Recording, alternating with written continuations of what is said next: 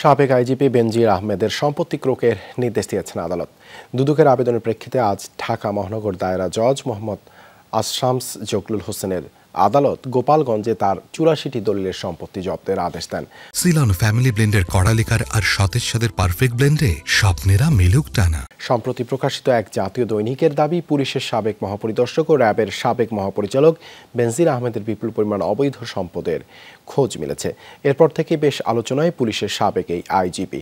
জাতীয় ওই দৈনিকে বেনজিরের ঘরে আলাদিনের চেরাগ শিরোনামে একটি প্রতিবেদন প্রকাশ করে, যেখানে তার নানা অর্থ সম্পত্তির বিবরণ তুলে ধরা হয়।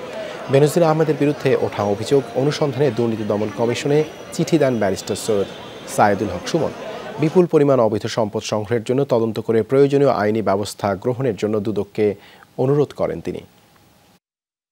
ঢাকার মহানগর স্পেশাল জাজ আজকে দুর্নীতি দমন কমিশনের আবেদনটি পর্যালোচনা করে আইনজীবী দেখে এটা জব্দের নির্দেশ দিয়েছে, যেখানে হলো ৮৪টা দলিলের প্রপার্টি আছে এবং প্রায় সম্ভবত ৩৩টা ব্যাংক অ্যাকাউন্ট আছে।